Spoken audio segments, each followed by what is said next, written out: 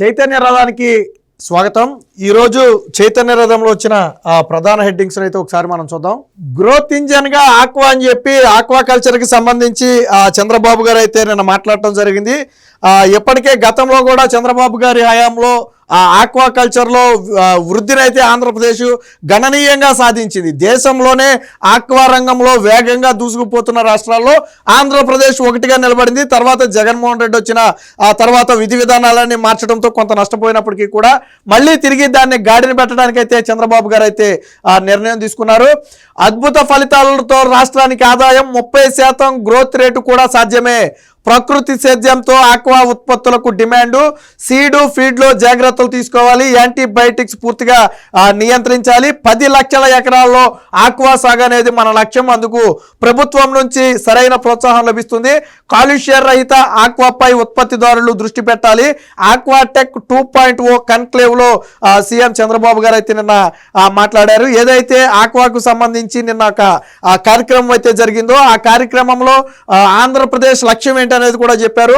30% growth rate సాధించాలి. 10 లక్షల ఎకరాల్లో ఆక్వా సాగును అయితే వేయాలి. అయితే ఇదే సమయంలో కాలుష్య నియంత్రణ మీద కూడా ఉత్పత్తిదారులు దృష్టి పెట్టాలని చెప్పి చెప్పడం జరిగింది. దానికి సంబంధించిన వార్త అయితే మనం ఇక్కడ చూడొచ్చు. నిన్న ఆక్వా రంగానికి సంబంధించి చంద్రబాబు గారు అలాగే వ్యవసాయ శాఖ మంత్రి అచ్చెన్నాయుడు గారు కూడా పాల్గొన్నారు. దీంట్లో అనేక మంది ప్రతినిధులతో పాటు ఆక్వా రైతులు కూడా నిన్న ఈ కార్యక్రమంలో అయితే పాల్గొన్నారు. దానికి సంబంధించిన వార్త అయితే ఒకటి రావడం జరిగింది. ఇక మోస పద్ధతులకు స్వస్తి అని చెప్పి నారా లోకేష్ అయితే నిన్న చెప్పడం జరిగింది. దానికి సంబంధించిన ఒక వార్త వచ్చింది.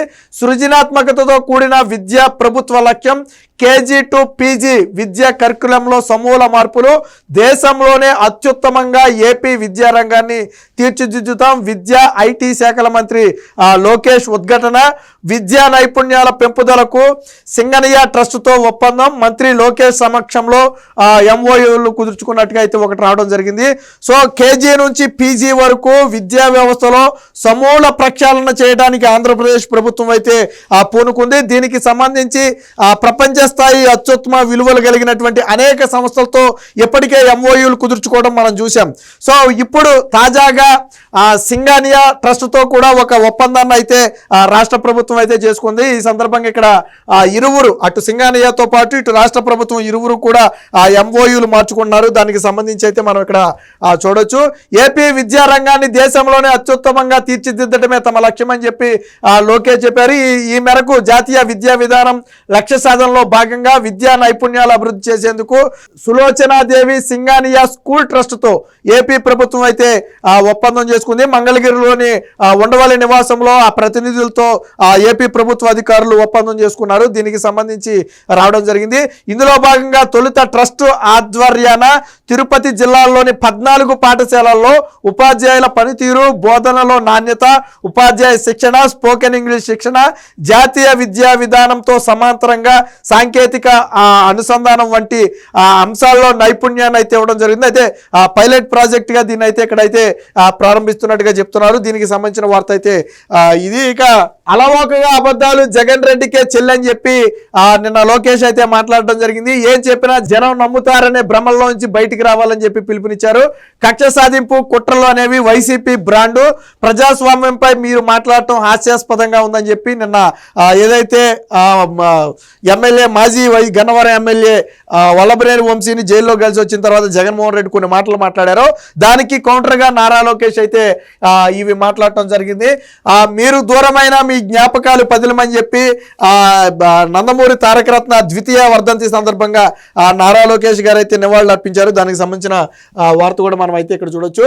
ఇక వివాదాలకు తావు లేకుండా టీచర్ల సీనియారిటీ జాబితా అని చెప్పి లోకేష్ అయితే చెప్పడం జరిగింది. అధికారులకు మంత్రి లోకేష్ ఆదేశాలు. జీవో 117కు ప్రత్యామ్నాయ వ్యవస్థపై త్వరలోనే ప్రజాప్రతినిధులతో వర్క్షాపు. జూనియర్ కాలేజీ గెస్ట్ ఫ్యాకల్టీల వేతనాల పెంపుపై త్వరలోనే ఒక సానుకూల నిర్ణయం తీసుకుంటామని చెప్పారు. ఇక జీవో నెంబర్ 42తో ఎయిడెడ్ కాలేజీల ఆస్తులు కాజేసేందుకు జగన్మోహన్ రెడ్డి కుట్ర పడినట్టుగా కూడా లోకేష్ అయితే చెప్పడం జరిగింది. పాఠశాల ఇంటర్మీడియట్ ఉన్నత విద్యాశాఖతో నారా లోకేష్ అయితే నిన్న సమీక్ష అయితే నిర్వహించారు. ఈ సమీక్షలో నారా లోకేష్ అయితే పలు నిర్ణయాలు అయితే తీసుకోవడం జరిగింది. ఇక ప్రతిపక్షం పోటీలో లేదని నిర్లక్ష్యం వద్దు, భారీ విజయం సాధించేలాగా ఎమ్మెల్యేలు చర్యలు చొరవ చూపాలి. పోలింగ్ లో ప్రతి ఓటరు నేరుగా కలవాలి, పార్టీ నేతలకు మంత్రి లోకేష్ దిశానిర్దేశం, గ్రాడ్యుయేట్ ఎమ్మెల్సీ ఎన్నికలపైన నిన్న లోకేష్ అయితే సమీక్షించడం జరిగింది. అంటే అటుపక్క వైసీపీ లేదు కదా, దానికి బలం లేదు, మనం ఎలాగైనా గెలిచేస్తామనే నిర్లక్ష్యం ఎట్టి పరిస్థితుల్లో రాకూడదు. ప్రతి ఓటర్ని కూడా స్వయంగా నాయకులు వెళ్ళి కలిసి ఇప్పుడు జరుగుతున్న అభివృద్ధి ఏంటి, భవిష్యత్తులో జరగబోయే అభివృద్ధి ఏంటి, యువతకు మనం చేస్తున్న మేలేంటి అనేది స్పష్టంగా వివరించి ఆ ఓటర్లను అయితే ఆకర్షించాలని చెప్పి నిన్న నారా లోకేష్ అయితే చెప్పడం జరిగింది. దీనికి సంబంధించి వారందరితో కూడా ఒక సమావేశం అయితే నిన్న నిర్వహించారు. దానికి సంబంధించి అయితే రావడం జరిగింది. ఇక దళిత వ్యతిరేకి వంశీ జైలుకి వెళ్ళి పరామర్శించాలని చెప్పి టీడీపీ రాష్ట్ర అధ్యక్షుడు పల్లా అయితే ఫైర్ అవడం జరిగింది. జగన్ రెడ్డిపై టీడీపీ రాష్ట్ర అధ్యక్షుడు పల్లా ఫైర్.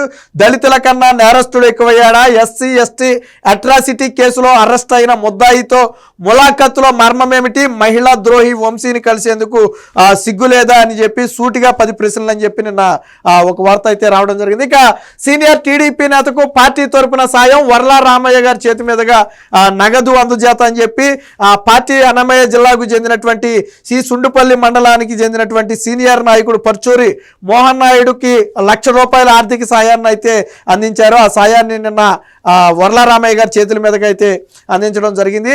ఇక తప్పు లేకుండా జైలుకు పంపారని చెప్పి అప్పట్లో వైసీపీ చేసినటువంటి అరాచకాల గురించి కూడా చెప్పడం జరిగింది. చదువుకునే పిల్లలను కూడా వదలేదు, అరాచకాలకు జగన్ రెడ్డి కారణం కాదా, డీజీపీ లా అండ్ ఆర్డర్ పై వ్యాఖ్యలు విడ్డూరం, వంశీ అనుచరులు విధ్వంసం అందరూ చూశారు, పట్టాభిపై జగన్ పిచ్చి అబద్ధాలు మాట్లాడుతున్నారు, ప్రెస్ మీట్ ఫుటేజ్ ఉంటే వాస్తవాలు బయట పెట్టాలి, మేము దాడి చేశామనే విష ప్రచారం చేస్తున్నారు, ఆధారాలు చూపితే రాజకీయాల నుంచి తప్పుకుంటామని చెప్పి గౌడ కార్పొరేషన్ చైర్మన్ గా ఉన్నటువంటి వీరంకి గురుమూర్తి అయితే నిన్న జగన్మోహన్ రెడ్డికి అయితే ఒక సవాల్ అయితే విసరటం జరిగింది. ఇక నదుల అనుసంధానం, ఆంధ్రప్రదేశ్ అత్యంత ప్రతిష్టాత్మకంగా తీసుకున్నటువంటి నదుల అనుసంధానంతో కరువు రహిత ఏపీని సాధించడమే లక్ష్యం అని చెప్పి నిన్న ఇరిగేషన్ మినిస్టర్గా ఉన్నటువంటి నిమ్మల రామానాయుడు గారు అయితే చెప్పడం జరిగింది. సీఎం చంద్రబాబు సమర్థ నాయకత్వంలో దీనికి శ్రీకారం చుట్టాం, ప్రతి ఎకరాకు నీరు అందించడమే మా ధ్యేయం, సమర్థ నీటి వినియోగంతోనే రాష్ట్రం సస్యశ్యామలం అవుతుంది. అఖిల భారత ఇరిగేషన్ మంత్రుల సమావేశంలో నిమ్మల అయితే మాట్లాడారు. ఏదైతే అఖిల భారత ఇరిగేషన్ మినిస్టర్ల మీటింగ్ ఒకటి జరిగిందో, ఈ మీటింగ్ లో చంద్రబాబు గారు తీసుకున్న నిర్ణయంతో భవిష్యత్తులో ఆంధ్రప్రదేశ్ కరువు రహిత రాష్ట్రంగా ఎలా మారబోతుంది, ప్రతి ఎకరాకు నీరు ఎలా ఇవ్వబోతున్నారు అనే అంశాన్ని అయితే పోసగుచ్చినట్టుగా వివరించడం జరిగింది. ఇక తెలుసు నదుల అనుసంధానం అనేది చంద్రబాబు గారి మాసపత్రిక లాంటిది. ఎప్పటి నదుల అనుసంధానం అనేది చంద్రబాబు గారికి ఒక కళ, ఖచ్చితంగా దాన్ని చేసి తీరుతామని గతంలో కూడా చెప్పారు. ఇప్పుడు దానికి సంబంధించి ఆల్రెడీ ప్రక్షాళన కూడా ప్రారంభించడం అయితే జరిగింది. దీనికి సంబంధించిన వార్త కూడా అయితే ఒకటైతే రావడం జరిగింది. ఇక దళిత ద్రోహులకు జగన్ రెడ్డి ఒత్తాసు అని చెప్పి మన మినిస్టర్ అనగాని సత్యప్రసాద్ రెవెన్యూ శాఖ మంత్రి అయితే ఫైర్ అవడం జరిగింది. దళితులపై దాడులు చేసిన వారికి వైసీపీ అధినేత అండగా ఉంటున్నారు, బాధిత కుటుంబాన్ని ఏనాడు పరామర్శించలేదు, జగన్ రౌడీలు దొంగల కోసం మాత్రం జైలు యాత్రలు, కొత్త జైలు పక్షికి పాత జైలు పక్షి ఓదార్పు అని చెప్పి నిన్న అనగాని సత్యప్రసాద్ సెటైర్లు కూడా అయితే వేయడం జరిగింది. ఇక పేదల వైద్యం ఆరోగ్యం పట్ల కూటమి ప్రభుత్వం ప్రత్యేక శ్రద్ధ అని చెప్పి మంత్రి డోలా చెప్పడం అయితే జరిగింది. నిన్న కొన్ని ఆసుపత్రులను పరామర్శించిన సందర్భంగా ఆయన అయితే ఆ వ్యాఖ్యలు అయితే చేయడం జరిగింది. ఇక అరాచక శక్తులకు వత్తాసు సిగ్గుచేటు అని చెప్పి మంత్రి కొల్లు రవీంద్ర కూడా అయితే విమర్శలు చేశారు. దళితులపై దాడి నిందితుడికి పరామర్శల, పార్టీ కార్యాలయంపై దాడి చరిత్రలో ఎక్కడా లేదు, ఆ సంస్కృతిని మొదటిసారిగా తెరలేపింది జగన్మోహన్ రెడ్డి, తప్పు చేసిన ఏ ఒక్కరిని వదిలిపెట్టే ప్రసక్తి లేదని చెప్పి గనులు భూగర్భ వనరులు అలాగే ఎక్సైజ్ శాఖ మంత్రిగా ఉన్నటువంటి కొల్లు రవీంద్ర అయితే ఫైర్ అవడం జరిగింది. ఇది మొత్తంగా చైతన్య రథంలో వచ్చినటువంటి ప్రధాన హెడ్డింగ్స్.